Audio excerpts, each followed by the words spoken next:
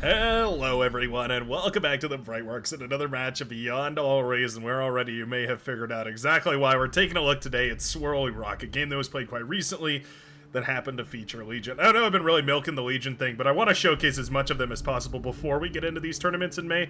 It should be a lot of fun in May, and I hope to see a bunch of people out there. It's going to be some good times, and especially for Legion, right? It's, you know, Legion gets to put on a face, they get to be the center of the show, and I feel like if everybody's prepared, then I've done my job well. So without further ado, our blue team leader, spawning as a Legion commander and looking beautiful for it, gonna be playing in the backline, playing the air position, which is interesting because Legion famously has relatively weak early air. Their T1 air is kind of it's lackluster to say the very least. It has it's kind of weird and gimmicky, and it has some interesting units to play around, but overall, I would say it's widely considered a little bit less powerful than the other two factions. And that's fine. I mean, it's balanced by the fact that their T2 Legion Air is very good. The actual unit called the Legion Air is very good. And of course, they also have those very fast, high alpha damage interceptors, which can be super brutal against, well, for instance, things like big bombing runs and whatnot. Legion's got a lot of tools in their kit, but in the early game, the tools are just a little bit softer. So that's, you know, that's normally how I would say it. But anyways, the blue Legion commander here spawning on the right-hand side of Swirly Rock. It's going to be none other than Fight War. Clocking in at 31 open skill and going to be showing us what he's got as the blue Legion commander. Over on the other side here, also as a Legion commander, but spawning in the, I guess this is the tech spot here. This is not really the air spot. It's really kind of the, you can do a couple different things. You can either go for tech here and just kind of hope to pump out units for your team, or you can go early aggression, start pumping out some of those units as Legion. I wonder what the effective strategy is. One thing that I could certainly imagine is going into some of those early napalm units, the barrages. Those can be really dangerous on front lines, and especially if every front line has it.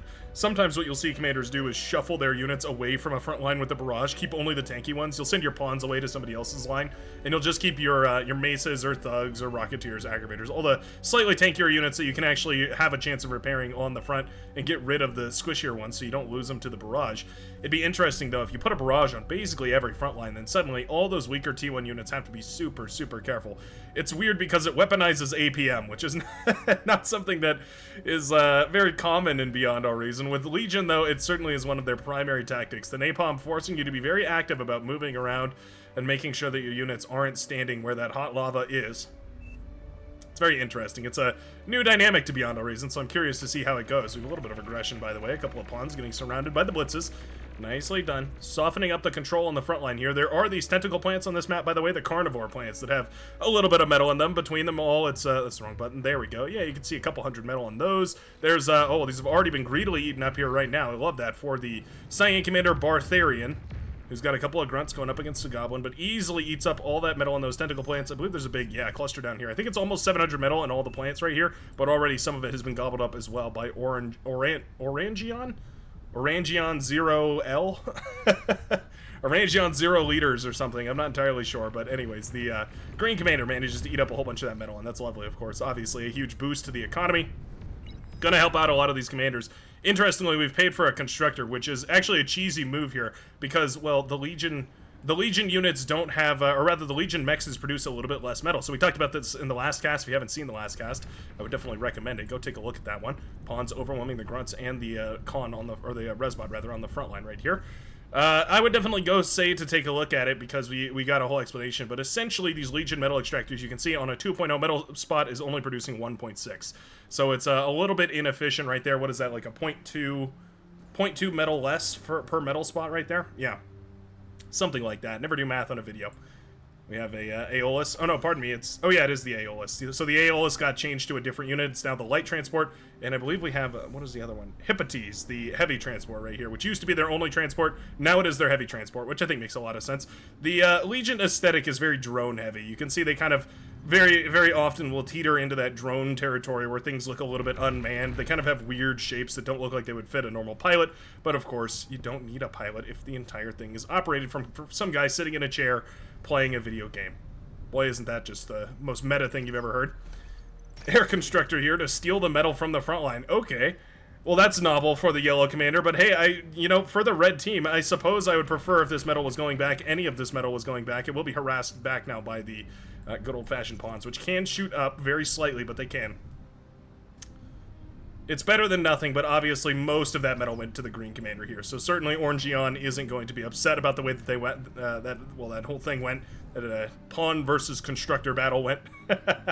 As bizarre as that is to say. We have a little bit of pink aggression here as well. The goblins making their way around, trying to find some value. Being very annoying on the front line, as they often are. The goblin is so cheap and so expendable that you can really start to use them in novel ways, because they not only can attack different units from very long range, like Janus they can even contest, because if they stay at just the maximum range of the Janus, they can fire away. Oh, that's not a Janus, there we go. I was gonna say that's quite short range. If they pop into the firing range here at the edge of the Janus's radius and then retreat immediately, they can outrun the Janus missiles. So it is possible, difficult but possible, to kite Janus missiles with these, meaning that if you spread them out properly, if you have them in a decent wave, you can actually overwhelm Janus, one of the notoriously most difficult units for commanders to deal with, by just having a little bit of micro. Yeah. There's been an excellent discussion, actually, in the Brightworks Discord community now. I keep wanting to say Discord channel, but it is a Discord community, which is, you know, all very fancy and whatnot. Still exploring ways to take advantage of what a community is versus a regular Discord channel. But anyways, the Brightworks community is always linked down below in the description, and you're more than welcome to join. There's been an interesting discussion going on recently about the, well, mostly the balance of the Banishers, but it sort of spiraled into a talk about Legion as well. So it's a good place to go discuss your theories about, you know, how the game is balanced and how it works. Certainly one unit that's had its fair share of balancing efforts has been the Centaur. Single-handedly eviscerating the base right here of Censored Lull, the 15 open skill 1 Chev hero who has not built any pawns or anything to deal with this bad boy, and is now going to be headed well into the backline to start causing havoc. Already killing metal extractors, solar panels, all sorts of stuff. The Centaur does a huge burst of damage. It only does it at an extremely short range, though. So in the backline, it could be killer, but they're also very, very squishy. Super duper soft and easy to kill. It would only take 4 or 5 pawns in order to kill this, if even that. It would probably take less, honestly. With proper micro, they actually will miss a lot of their shots, and they can be microed at a distance. It means this will be relatively easy to clean up if we have the right units, but we just don't. These Rocketeers are never going to hit this thing, and you can see it deals with pawns pretty well. Okay, well, a close-up unit showcase, if ever there was one. The Centaur getting a front row seat here to the devastation of the red team. We do have those overcharged mexes, by the way, pumping out twice as much metal. You can see it's on a 2.0 spot, but producing 4 metal per second is quite cool. In the end of the day, it will be the humble HLT, or LHRT, the light heat rate tower, that does the most damage to this thing. Ooh, but a beautiful hit to those E-converters. Finally, that thing goes down, but not before doing its fair share of damage to the red commander as well, who does have those T2 bots up and running. So this is one of the nice things about Legion, is because they can go for these overcharged mexes, these ones. A little bit of a battle going on the front. We'll cut to this while we keep talking about those overcharged mexes. Because Legion can go for those overcharged mexes, it hasn't been explored yet, at least not in the total depth that I think we'll see, you know, ever.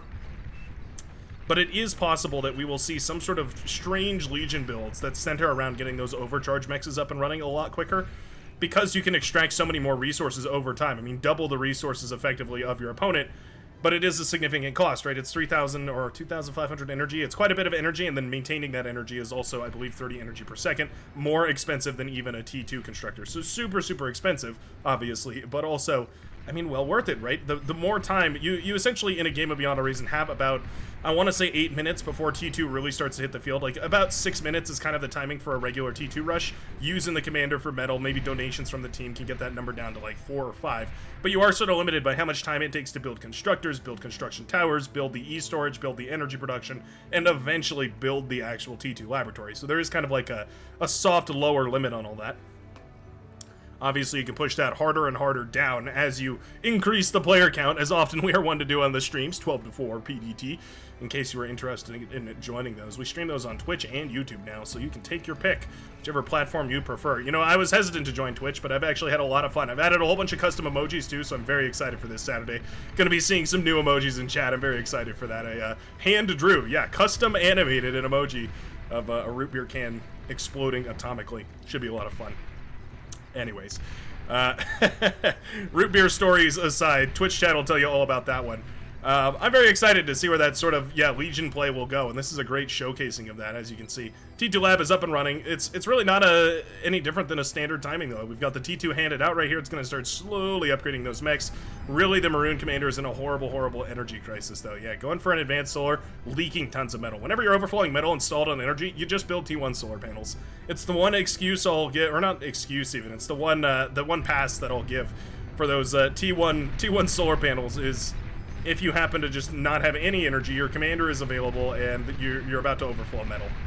It's the one reason where I think it's probably okay to just build some of those T1 solar panels. Or you're on a no wind map and you need to use scale. I mean, that's, you know, relatively acceptable as well.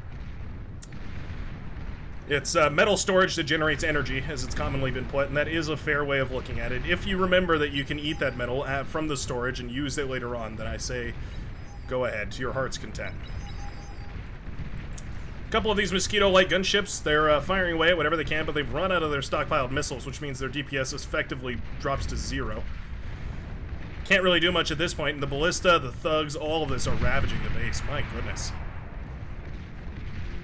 What a splendid attack here from the Orange Commander, Dr. Mantis, Bog, and MD. Where are the resbots to eat all this up? Where are all your resbots, Orange Commander, my friend? 3 resbots to clean up this wreckage right here. You've got an easy T2 transition and the funds to start your T2 transition, the T2 mexes, the T2 energy economy. There's nothing to eat any of this delicious, delicious metal that we've worked so hard to put out on the battlefield. Okay. Effectively not a trade, because all that metal will go back to the blue team if it's not paid for. Tancom does go down right here. Quite the row of defenses. We've got the agitator firing away. We've got 2 cacophonies as well as one of those hives. Little drone spawner that has little drones that rotate around on the platform here. They're armed with light machine guns and they can do a bunch of damage, but more importantly than that, they also have tremendous range. You can see this red circle indicates how far out they can fly. They can actually fly the drones that is a little bit further than that even. Just to the effect of chasing down units. I've seen it happen.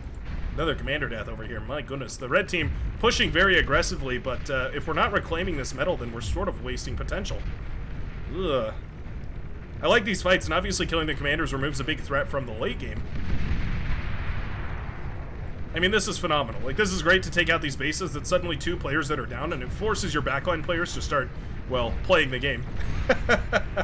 Oftentimes that can be quite scary because T2 will roll out pretty quick in response to all this, or at least it should. However, what that means is that your tech has a little bit longer to scale, has a little bit longer to eco because, well, their tech has to pay for all this frontline, right? They have to get all those units up and running. They're not investing in the fusion. They're not investing in the AFS. That sort of long-term tech that's going to keep you in the late game. Doom and Eco, the Green Commander, does stay up, though. The 17 open skill, 1 Chev, brand new Commander with the T2 Laboratory, trying to get one of these good old-fashioned Proteus up and running. Legion as your very first game, or one of your very first games, is pretty funny. Yeah, you can see those drones. The other nice thing, of course, is that they provide a lot of vision. Can't remember if I mentioned that or not, but the vision that they provide is huge.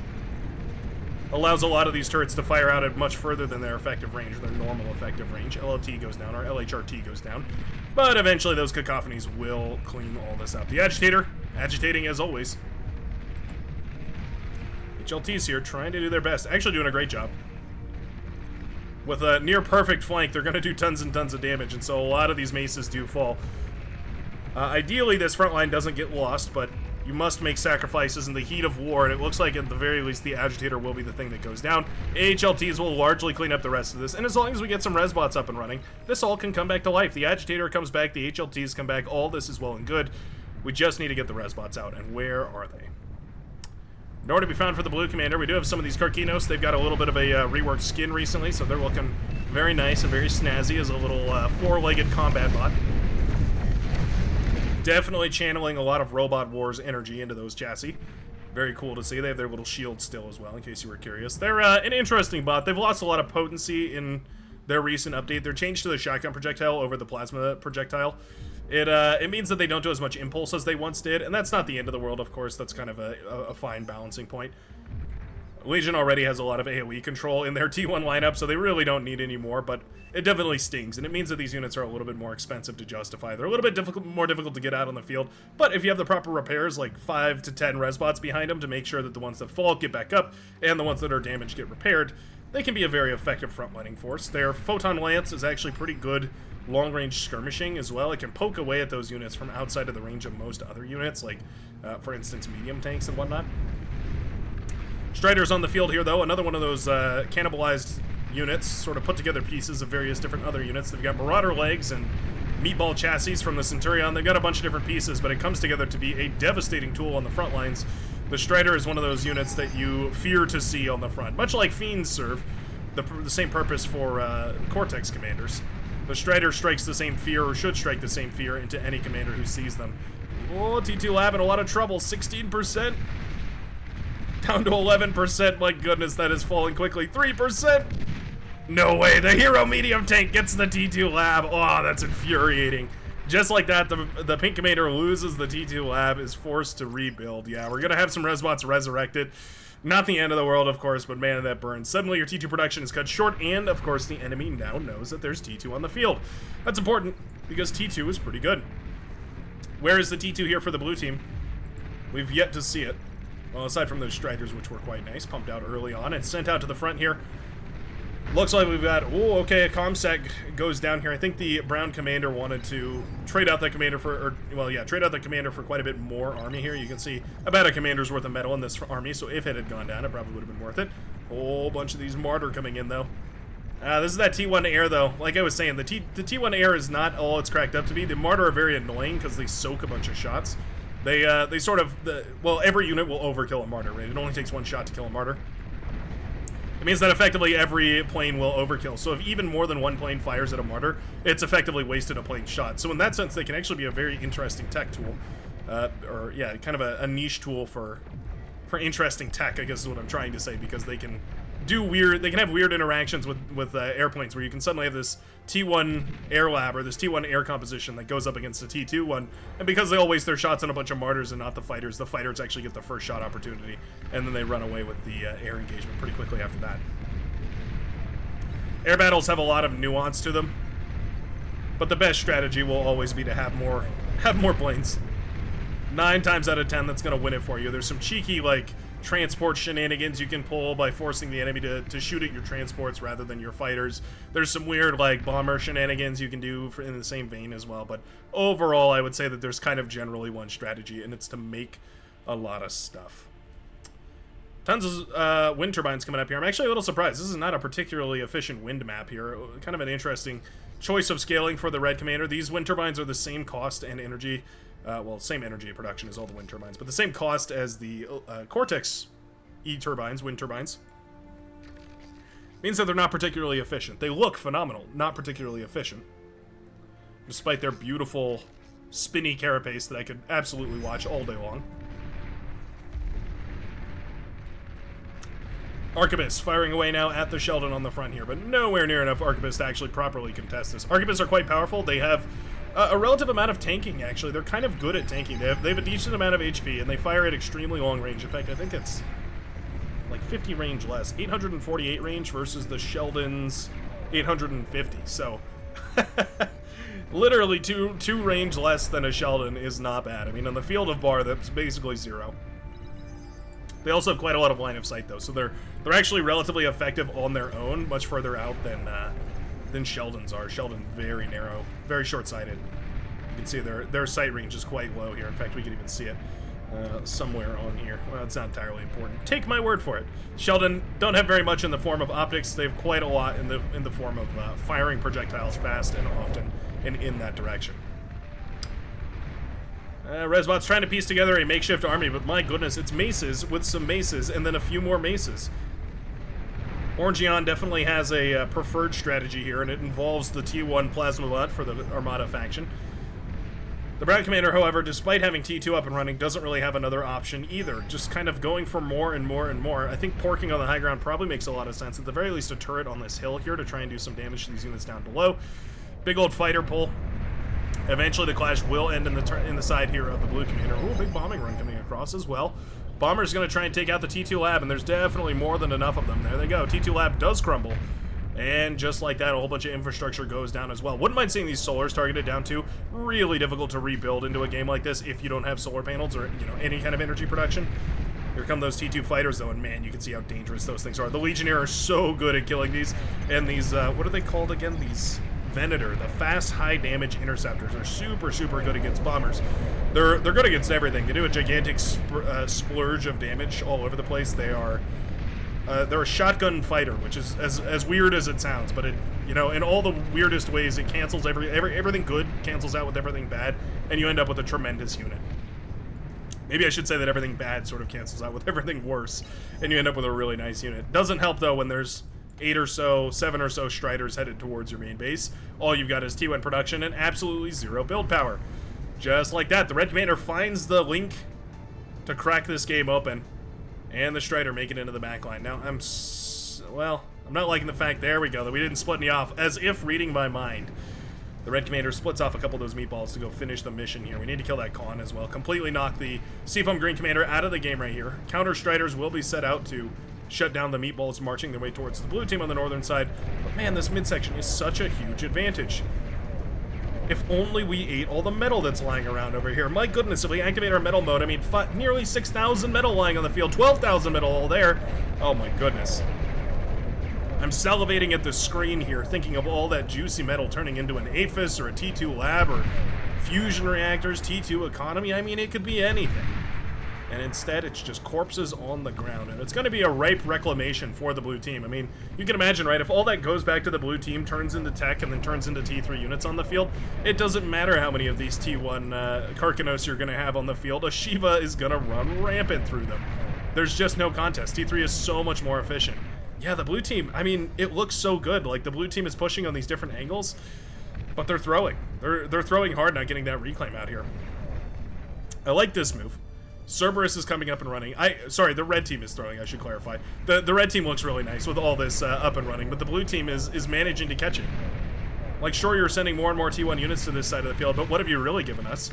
Basically 300 metal of Karkinos per second.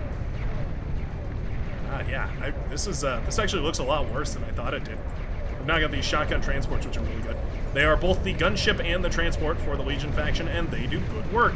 They do a huge burst of damage with their heavy shotgun. They are quite expensive, clocking in at 550 metal a pop, 11,000 energy total, and some of those Legionnaires. Very extremely mobile fighters, dip dive, dodging, ducking, and swooping away the competition here.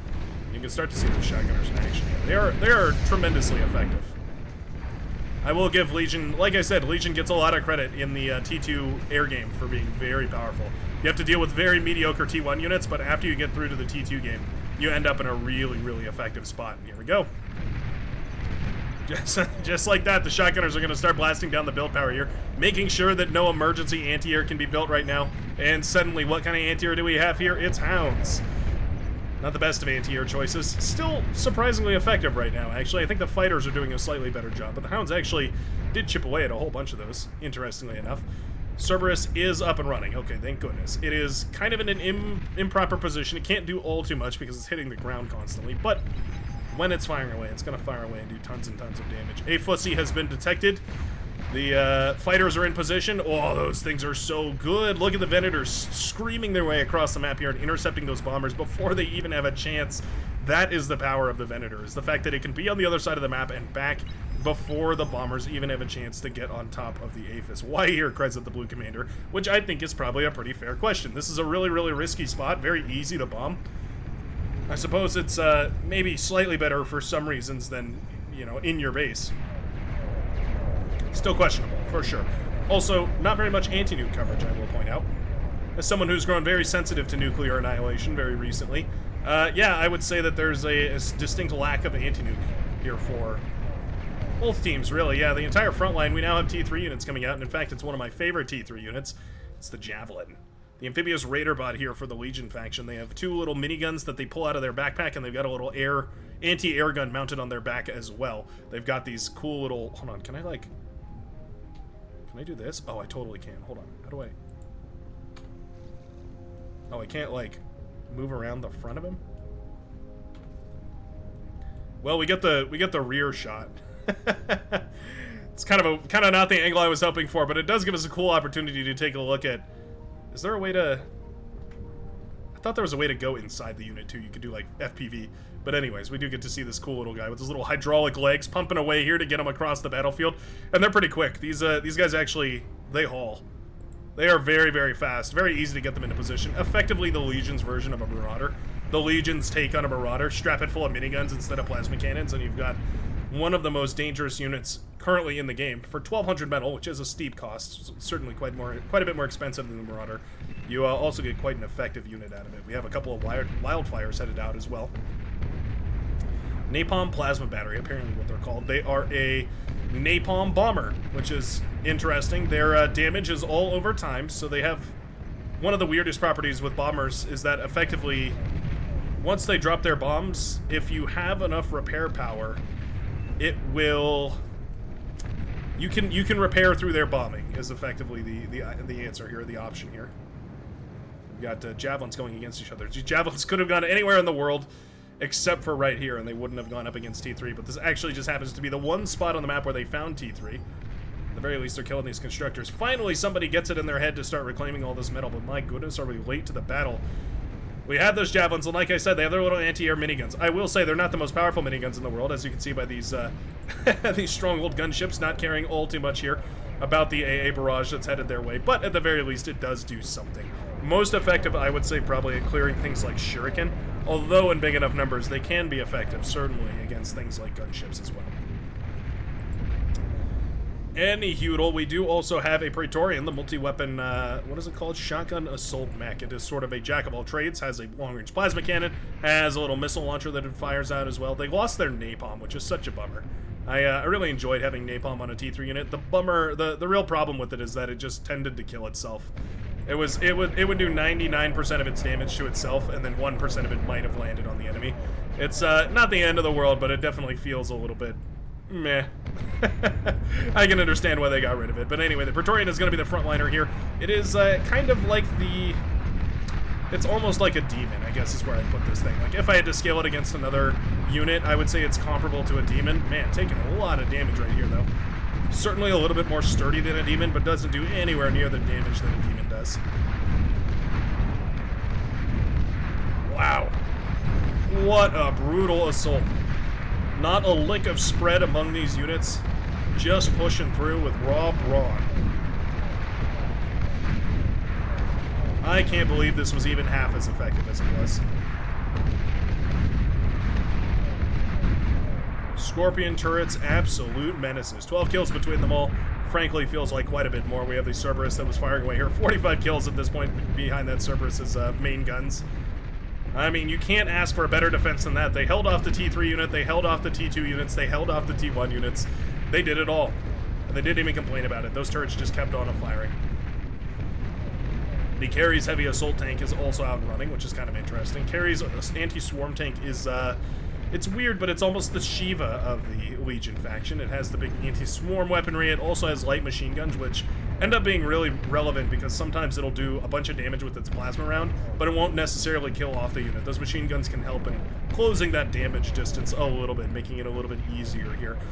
Pink Commander spamming out a whole bunch of goblins, but this is actually a misplay. If you're going to spam units with the Legion faction, you actually want to go ahead and spam out wheelies out of the vehicle labs. Obviously a little bit more expensive to get those vehicle labs up and running, but the wheelies are much faster, much cheaper, much more spammable. I will say, though, the caveat being that they can be shut down by Junos. There was a point in time where that was not true, but nowadays they can be shut down by Junos, which means that effectively there is a counter to them. The Goblin does not have such weaknesses. Its electronic systems are shielded against Juno interference. Sharpshooters here getting a little close for comfort. I'd like to see these backed up now. Yeah. There is a Praetorian in the mix here. Those sharpshooters doing so much work, though. My goodness. Yeah, I love the sharpshooters in combination with these welders here. The welders hold the front line against the spam. The sharpshooters, however, crack those T3 open before they have a chance to do very much damage. And we do have T3 coming up, by the way, for the Hot Pink Commander on the front line here. We just have a frontline T3 lab about as risky as it gets, but you've got to risk it to get that biscuit sometimes. Fiends find their opening. These Fiends have actually come through here a couple of times. Bartharian has continued to push this opening, and it's continued not to be closed. At this point, you peel a couple of them off and you go after the AGOs. I think is probably the right move here. I don't think the Cyan Commander really expected these units to get through so effectively again. Either one of these AGOs is the proper target. Looks like neither will be the target of choice, though. Yeah. I think we probably could have killed this, killed this AGO right here with an explosive radius big enough to take out the build power, the E-converters, the fusions. But obviously, in one of these games, you're playing with incomplete information, so might not have known that that was an option.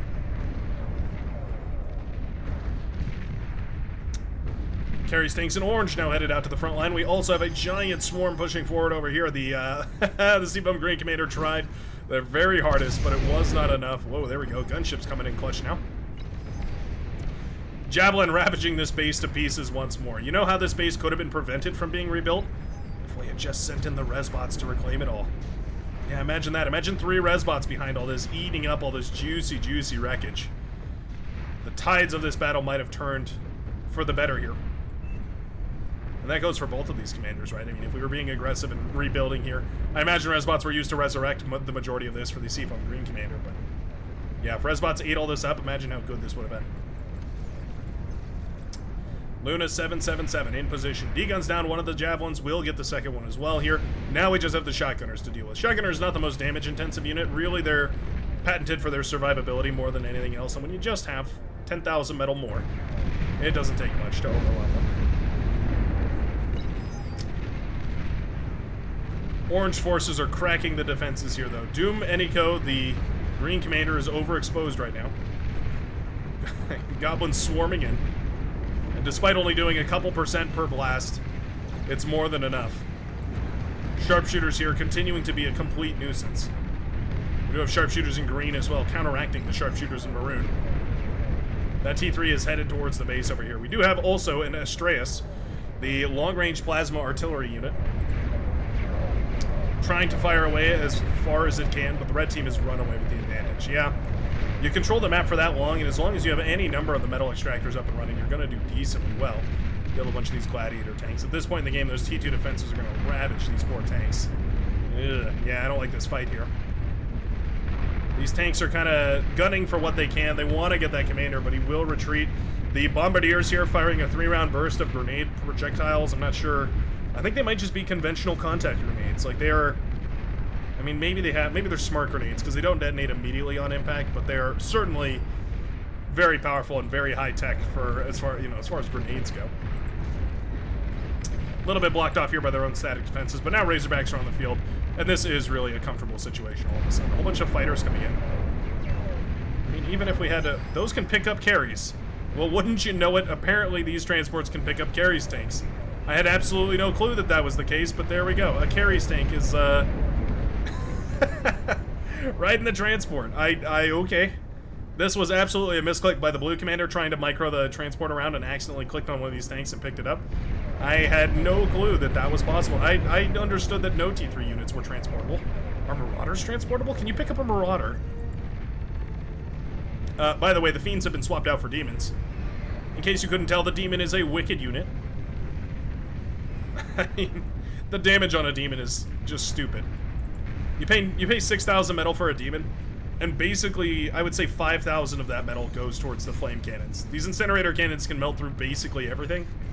Even T3 units will struggle when faced with 2 or more demons just firing on either ends. The flanking damage is unreal. And yeah, I mean, there you go. 1 demon in the backline is all it takes. A Geo goes up, by the way, in the midsection here. Fusions pop as well for the Tan Commander.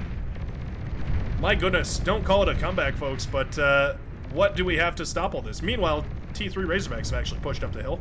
Didn't notice this. I was pulled away by the air battle going on, but yeah, Razorbacks have just calmly and collectively strolled on by those T1 static defenses, all the different T1, T2, and T3 laboratories, and are headed into the backline. The yellow commander trying to get in a position to throw a D-gun out. Misses one of the demons, though. Uh-oh. Oh, yeah, doesn't see the demon right there. Is this like stealth or something? I guess just doesn't have radar. Oh, yeah, he's just in a blind spot right now. There's no radar right here. We have a Bastion, the incinerator cannon, coming up and running here, but it's pretty far off from completion. And now that demon makes its way into the main base. Yeah, we have the Bastion is so close. 80%. Ooh, 90%, but down it goes. Oh, no. Ladies and gentlemen, the hero that won the game, the demon that really could, gets into the backline and starts to burn down literally everything. All the build power crumbles, the E-converters and all that, of course, as well. And now we detect a couple of good old-fashioned Aphis. A worthwhile trade, certainly. 1 demon for 3 Aphis. Best deal you're ever going to get. Beautiful shockwave explosion takes out, yeah, everything. No wreckage is left right here. Oh, no, we do have 1 smoking wreckage of an Aphis left over after that. Beautiful, beautiful devastation. What are we going to do about this? look at the defenses here as well. Bulwarks, Cerberus cannon, we have the Scorpion turrets up and running as well. This is a hard line to break through. Carries aren't going to cut it. You need long-range siege units. You need catapults or something like that, really, to effectively deal with all this. I like the call-outs here from the blue team, though, calling out that the air player was destroyed, which is true. And obviously that means that the air is quite susceptible on the other side of the map. We do have some of these dataless coming out and running as well, which are very neat. The experimental kinetic weapons platform firing around a 3-round burst, sort of like a sniper on steroids. They fire a super high-charged 3-round burst of projectiles. Boom, boom, boom. You can see, wow, what is that, 14% damage right there? 14% per burst is pretty impressive. Granted, that is a demon, which are notoriously low on HP total. And a battle between these two, it's actually pretty close. The Daedalus has a couple of machine guns mounted on top of it as well, which are always nice, but it will, well, it'll be an even trade at the very least. Okay. Oh, another demon burning through. Okay, don't mind it. Don't mind it at all, actually. Yeah, make sure to keep your opponents dead, but also remember to reclaim them. Like, again, we have, what, 8,000 metal here? 18,000 metal here? Why not eat it? Why not make it into T3 of your own? Oh, beautiful bombing run. Is it a bombing run? Beautiful glassing run. The blue commander comes in with a dozen or so Phoenix and manages to laser apart the entire frontline production center here for the hot pink commander. There's a couple of residual air forces available for the pink commander. Honestly, I'd like to just see planes spammed across the map to clear those out, because after that's done, and as soon as that's done, you can start moving in indiscriminately with you know, bomber units. You can send in gunships, all sorts of cool stuff. Ladies and gentlemen, the blue team has done it. By finding the one exposed gap 6 times, the Cyan commander has managed to run by fiends. Initially it was grunts, then it was fiends, then it was demons. It took 3 attempts, but eventually managed to find, well, continuously the one weak point that nobody was reinforcing right along this pathway here. And it means that the entire backline got crippled. And now the blue team, well, they were ahead in metal, I believe largely in part due to these res planes out here trying to reclaim as much as possible. But there is genuinely a lot of T3 on the line. Like, all of this, all these Razorbacks, all the Mammoths, all that really contribute a lot of the HP on the front here, making it very difficult to push through and actually get any kind of kill. Little ping in the back line here. We do have the Astreus lingering as well. I'd love to see this thing moving forward. It really doesn't need to, though, actually. I mean, genuinely, this thing is an LRPC on legs. And, you know, in that respect, it is super, super crazy powerful. Another snipe right there takes out another AGO. It's not the end of the world, but it is a big drop in the bucket. I mean, that brings the blue team into the advantage. A slight advantage, but an advantage nonetheless. You sort of have 2 options here. As the red team, you pivot into the ultimate greed, as much greed as possible, or you have to try and push for the win right now.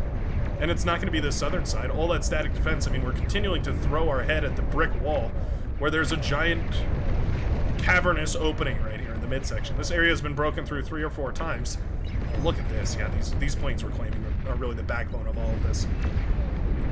Equalizing and, in fact, lending an advantage to the blue team as all this metal goes back to them, as opposed to just being, well, left on the field or, in the worst-case scenario, going back to the red team.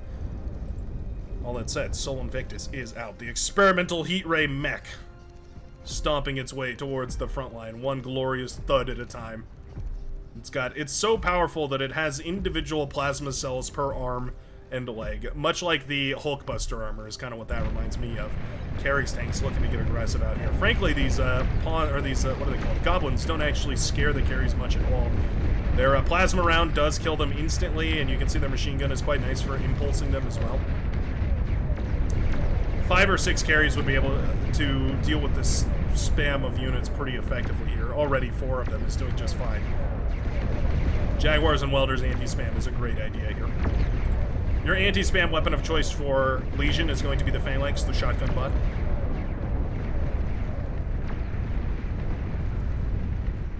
Oh, here's that demon continuing to find value. Surprised, actually, to see that this demon hasn't done more.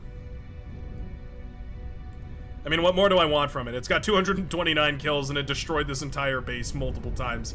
I suppose I suppose this demon can have its rest, but we may as well bring down at least one more base before then.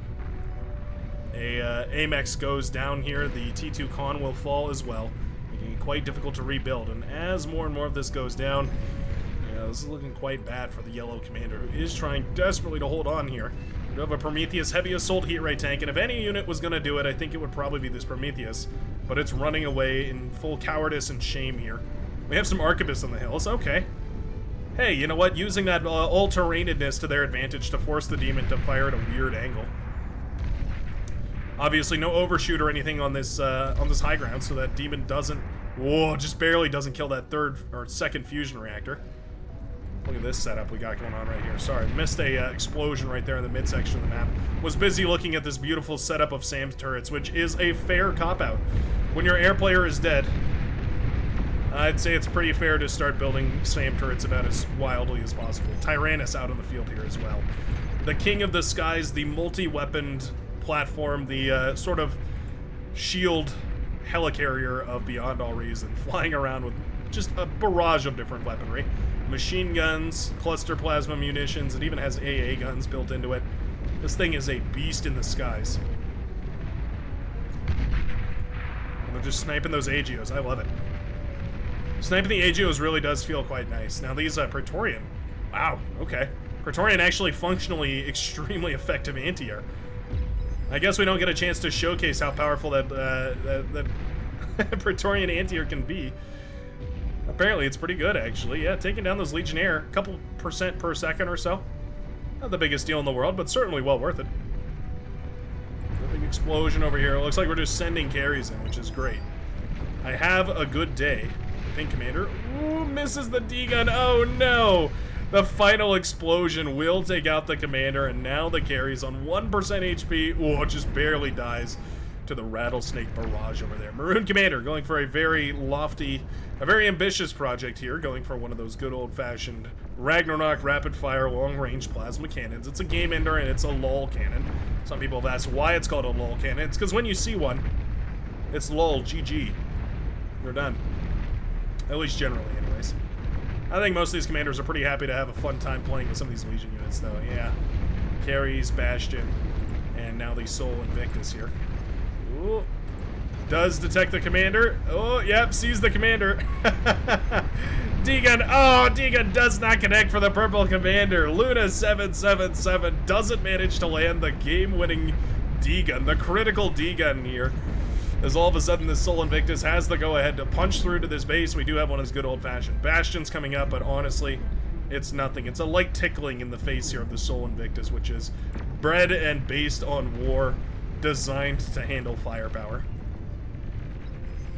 Demons in pairs now, marching towards the orange base, who did not manage to fortify this side of the map enough anyways to resist this kind of attack. And all of a sudden, the internal guts of the orange base have been rendered asunder. Spilled upon the map in the form of debris and wreckage is now the orange commander, as well as the pink, are in tons of trouble. 3 demons in the backline, and it doesn't take much more than that to completely devastate a base in a mere matter of moments. Soul Invictus just barely out of position, not able to get into the spot they needed to be in time, and now these demons are free to roam the backline. Not a lot that can catch up with demons, actually. They're fairly quick. For their size, they're extremely quick. Whole bunch more Phoenixes coming across. Very low HP Phoenixes, but it won't really matter. There's not much anti-air in the form of fighters here. Loads of ground-based anti-air, but not much in the form of fighters. It means that these Phoenix will have a wonderful time glassing the planet beneath them, turning into ash and dust and bone and melted stone. These demons are having a field day. Oh, the build power chain reaction. That's just beautiful. E-converters out in the open will pop. And I have a feeling it won't be but a moment before this thing finds that E-converter and the Aphis stack. Let's go for a cinema view. Boom. Overkill. The demon gets the snipe on the red facility, shutting down the production here, and more importantly, shutting down the energy production for the red commander, which means, of course, that these energy-based weapons, like the heat ray guns, are going to be much more expensive to fire here, now with only 1,000 energy production from those wind turbines, and falling, as maybe the best wind turbine killer in the game, the Jaguar makes its way across the map to start the chain reaction that will be the red energy source. The entire game, 80% of the game, the blue team was on the back foot. They had been broken on multiple lanes, they had been crumbled, But they managed to prevail, and you know what I think it was? You know what I think was the game-winning turning point here for the blue team that allowed them to crawl back into this game one piece at a time, initially with that big run by on the southern side, and then by breaking these individual commanders on the front? I think it was the reclaim. I think it was the reclaim. I think the fact that they ate more of the metal on the front line, more of that thousands and thousands of metal on the front line, I think that's ultimately what did it, and the blue team manages to snag a victory. Or maybe more accurately put, the red team clutching defeat from the jaws of victory. 4 or 5 res bots can make the difference down the line. Exponential scaling in MOAR can be a hell of a thing, and it certainly was in this game. Thanks a ton for watching, and if you did enjoy, of course, feel free to join the Brightworks Discord community down below in the description. You can also leave a like and subscribe if you'd like to join the Brightworks YouTube community and check out what's happening basically every single day in one of these casts. But other than that, I hope you had a wonderful time and enjoyed the match, and I hope to see you again in the very next game at Beyond All Reason. Peace out, everybody.